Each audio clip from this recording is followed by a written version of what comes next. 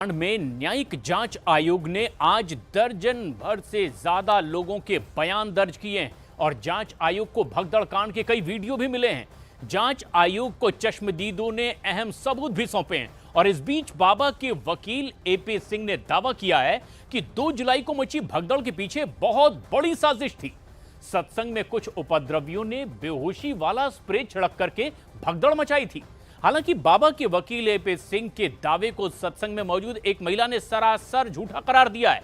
वहीं बाबा के साथ 10 साल तक पुलिस की नौकरी करने वाले एक राजदार ने बाबा से जुड़े हैरान कर देने वाले कई राज फाश किए हैं। स्पेशल रिपोर्ट में देखिए बाबा के राजदार ने कैसे सारा पाखंड तार तार कर दिया।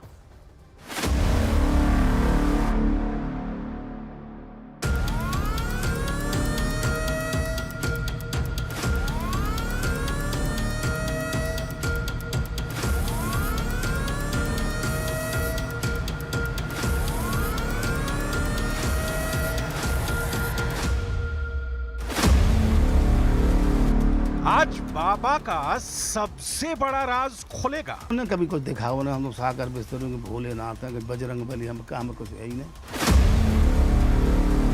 आज बाबा का सेंसर बोर्ड बेनकाब होगा। बाबा घर ना आडंबर है, जहाँ का सब कुछ आडंबर में चल रहा है। आज होगा बाबा की मातेश्वरी पर भूचाल लाने वाला पर्दाफाश। लोग कहते हैं माता श्री का जानती हो तो बताएं हमें अभी।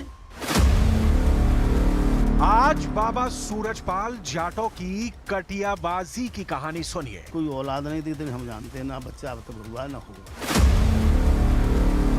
आज जानिए पाखंडी बाबा के नहाए दूध से क्यों बनती थी खीर।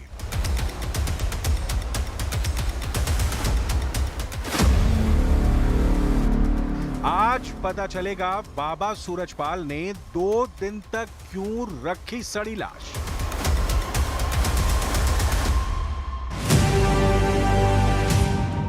बाबा सूरजपाल जाटव शातिर दिमाग है।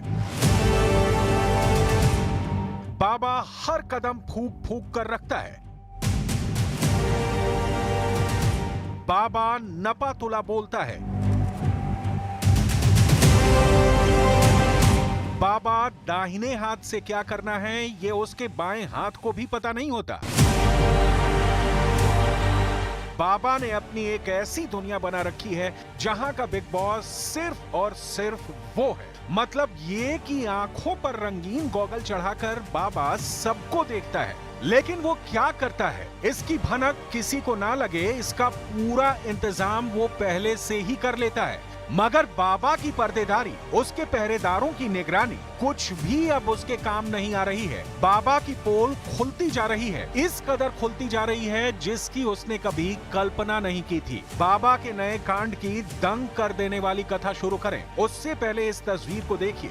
ये बाबा के आश्रम की इनसाइड सत्संग की तस्वीर बताई जाती है, जहां बाबा अपने असल अवतार में है। यहाँ बाबा के आसपास सिर्फ महिलाएं हैं। बाबा झूले पर विराजमान है। बाबा की वेशभूषा और रंगीन चश्मा भी बरकरार है। बाबा को पाखंडी मानने वाले लोगों का दावा है कि इसी तरह झूले पर बैठकर महिला भक्तों पर वो डोरे डालता था। बाबा के लेडीज स्पेशल सत्संग में किसी भी पुरुष भक्त की एंट्री की मनाही थी। ऐसे सत्संग की एक भी तस्वीर पब्लिक डोमेन में ना जाए, इसके लिए बाबा ने बाकायदा सेंसर बोर्ड बना रखा था। इस सेंसर बोर्ड की डिटेल आगे दिखाएंगे।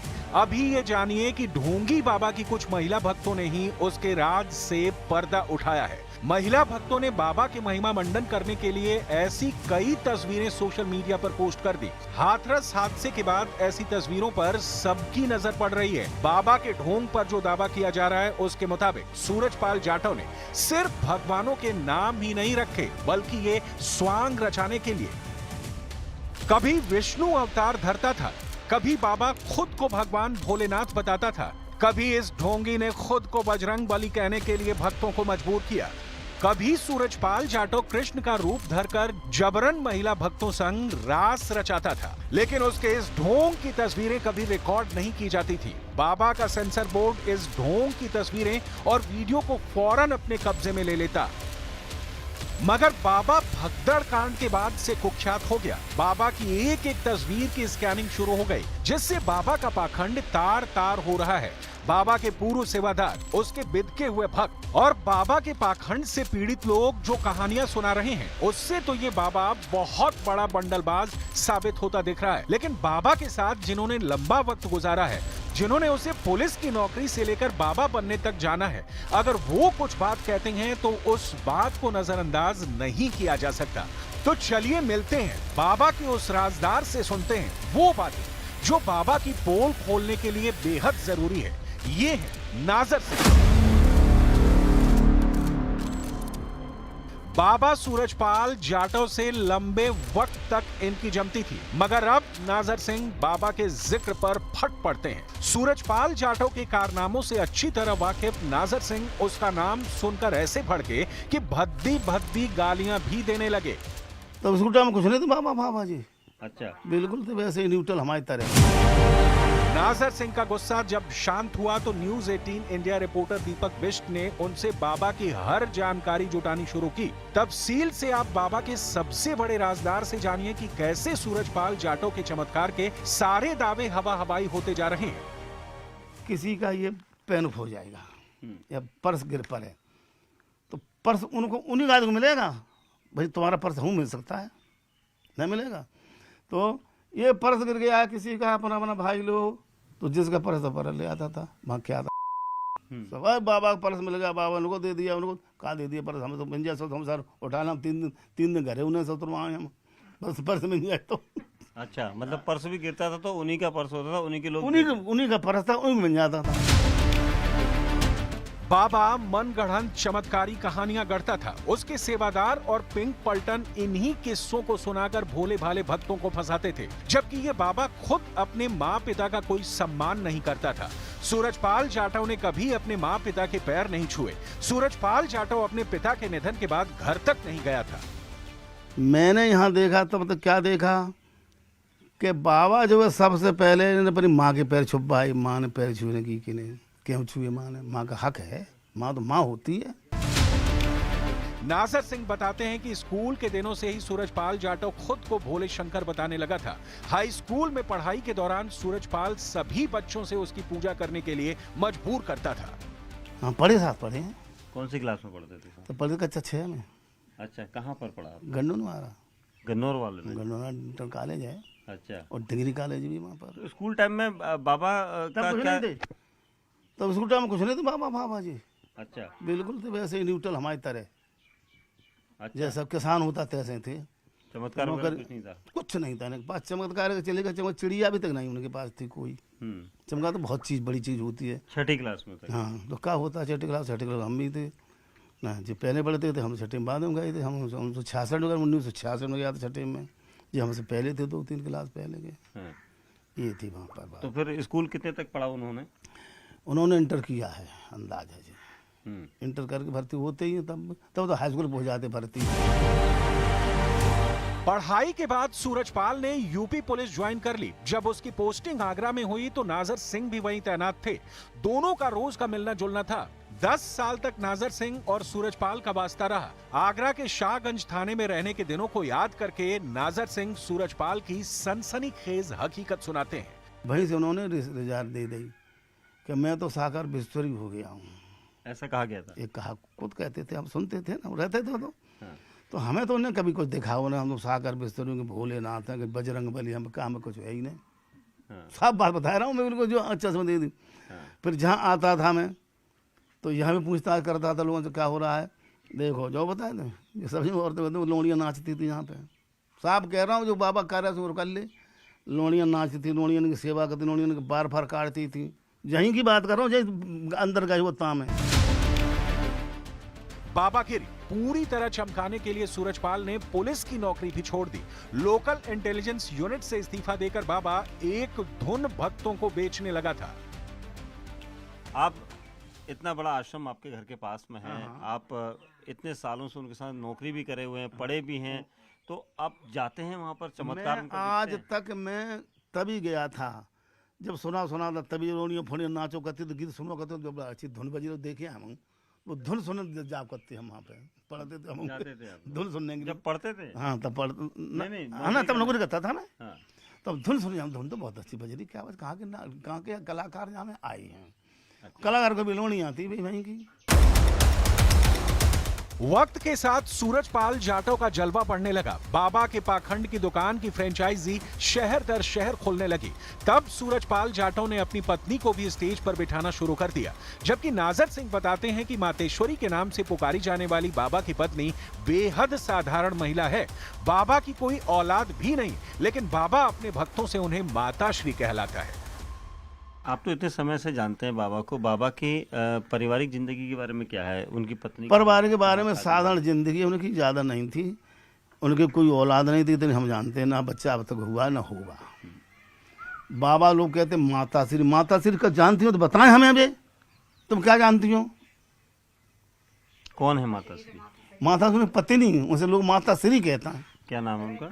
वो नाम तो सुना, क्या नाम अच्छा, नहीं, पहले से ही वही है पत्नी उनकी? पहले पत्नी तो वही है उनकी, वही है। बच्चा कोई नहीं हुआ है। बाबा सूरजपाल ने ऐसा सब्जबाग दिखाया कि देखते ही देखते उसके भक्त लाखों में हो गए। सूरजपाल सीक्रेट रहकर अंधी आस्था का साम्राज्य खड़ा कर चुका था, लेकिन कोई भी बात लीक ना हो इसके लिए बाकायदा सेंसर बोर्ड बनाया। बाबा के सेंसर बोर्ड का चीफ कोई और नहीं, वही देव प्रकाश मधुकर बताया जा रहा है, जो हाथरस कांड का मुख्य आरोपी है। देव प्रकाश मधुकर के बाद इस बोर्ड में सबसे अहम जिम्मा बाबा की पिंक पलटन की होती थी, जो महिला भक्तों के बीच मौजूद रहती थी। बाबा के सेंसर बोर्ड में उसकी ब्लैक कमांडो फोर्स, जिन्हें गरुड़ कमांडो कहते हैं, उन्हें भी सब पर निगरानी रखनी होती थी। बाबा की नारायणी सेना भी सेंसरशिप में अहम रोल निभाती थी। बाबा आश्रम की चारदीवारी के भीतर क्या करता था, इसका पता किसी को ना लगे, इसके पुख्ता बंदोबस्त किए गए थे, लेकिन बाबा की तमाम कोशिशें बेकार साबित हो रही हैं। सूरजपाल जाटव की धाक जब जम गई थी, तब उसने सरकारी खजाने को भी जमकर चूना लगाया।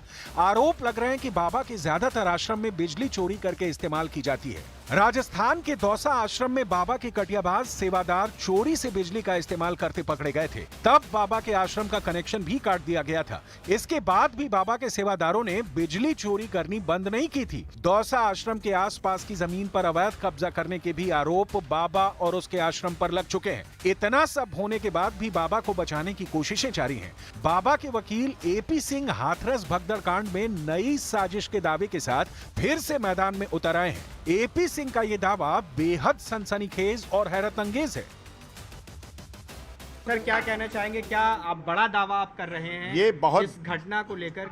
बड़ा दावा नहीं, ये गंभीर जांच का विषय है और उसके साथ दावा भी है। यहाँ पर महिलाओं की तरफ 14, 15, 16 के करीब लोग इस तरह से रहे थे, हट्टे कट्ठे थे, मजबूत थे, क्योंकि एक टीम बना के किया गया। क्योंकि इतनी अधिक मौतों को प्लान के साथ, एक को गिराना नहीं था, 2 को गिराना नहीं था, 4 को गिराना नहीं था, ये स्प्रे लेके, जहरीली पॉइजनिक स्प्रे लेके जो ऐसे करके किया गया था, जिससे इतनी जघन्य मौतें हुई हैं। किरण, ये बताइए कि बाबा के वकील की तरफ से कहा गया कि वहाँ पर स्प्रे किया जा रहा था, बेहोश हो जाएंगी महिलाएं और उसके बाद जो है वो गिरते पड़ती चली गई। नहीं सर, ये गलत है। वहाँ पर कोई स्प्रे करने वाला नहीं था।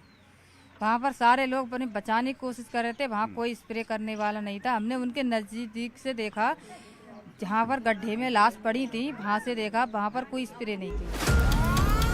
एपी सिंह के दावे और दलीलों से अलग हाथरस कांड की जांच तेज हो चुकी है।